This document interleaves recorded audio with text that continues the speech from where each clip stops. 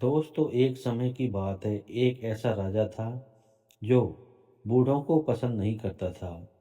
उस राजा ने अपने मंत्री को आदेश दे दिया कि बूढ़े लोग हमारे किसी काम के नहीं हैं। हमेशा बीमार रहते हैं, कोई काम नहीं करते। इनकी वजह से राज्य का धन बर्बाद होता है। इसलिए राज्य के सभी बूढ़ों को मृत्युदंड दे दिया जाए। राज्य के लोगों को जैसे ही ये आदेश मालूम हुआ, सभी बूढ़े राज्य छोड़कर दूसरी जगह चले गए। ये राज्य हिमालय के पास ही स्थित था। इसी राज्य में एक गरीब लड़का भी रहता था।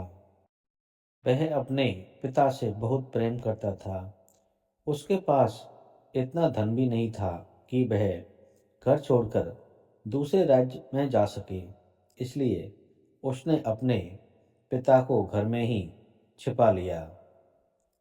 पिता पुत्र किसी तरह घर में रहकर समय निकालने लगे। कुछ समय बाद उस राज्य में एक भारी अकाल पड़ गया।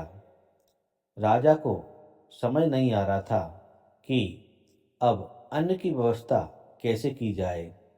उन दिनों भीषण गर्मी भी पड़ रही थी।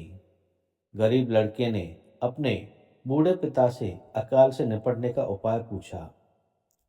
उसके पिता ने कहा कि राज्य से कुछ ही दूर ही हिमालय स्थित है। गर्मी से हिमालय की बर्फ पिघलने लगेगी और वह पानी उस राज्य की ओर बहता हुआ आएगा। वह पानी यहाँ आए इससे पहले तुम एक काम करो, राज्य के मार्ग पर दोनों तरफ हल चला दो। उस लड़के ने पिता की बात मानकर उसने अपने साथियों को ये बात बताई, लेकिन किसी ने उसकी बात पर भरोसा नहीं किया।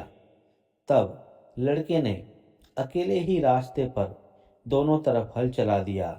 कुछ ही दिनों के बाद गर्मी बढ़ने से हिमालय का पानी राज्य के रास्ते पर आने लगा।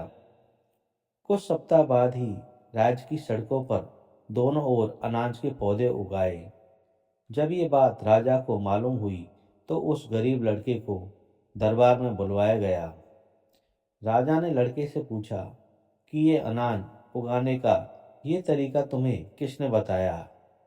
लड़के ने कहा कि महाराज, ये उपाय मेरे पिता ने मुझे बताया था। आपने जब बूढ़ों को मारने का आदेश दिया था तो मैंने उन्हें अपने घर में ही छिपा लिया था। ये सुनकर राजा ने उस बूढ़े व्यक्ति को भी दरबार में बुलवाया।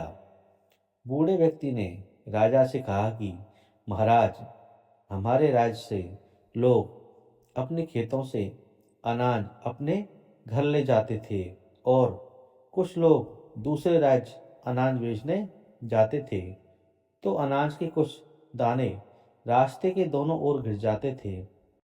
जब मेरे बेटे ने रास्ते की दोनों तरफ हल चलाया और हिमालय का पिघला हुआ पानी वहां पहुंचा, तो वो दाने अंकुरित हो गए और अनाज उगाया।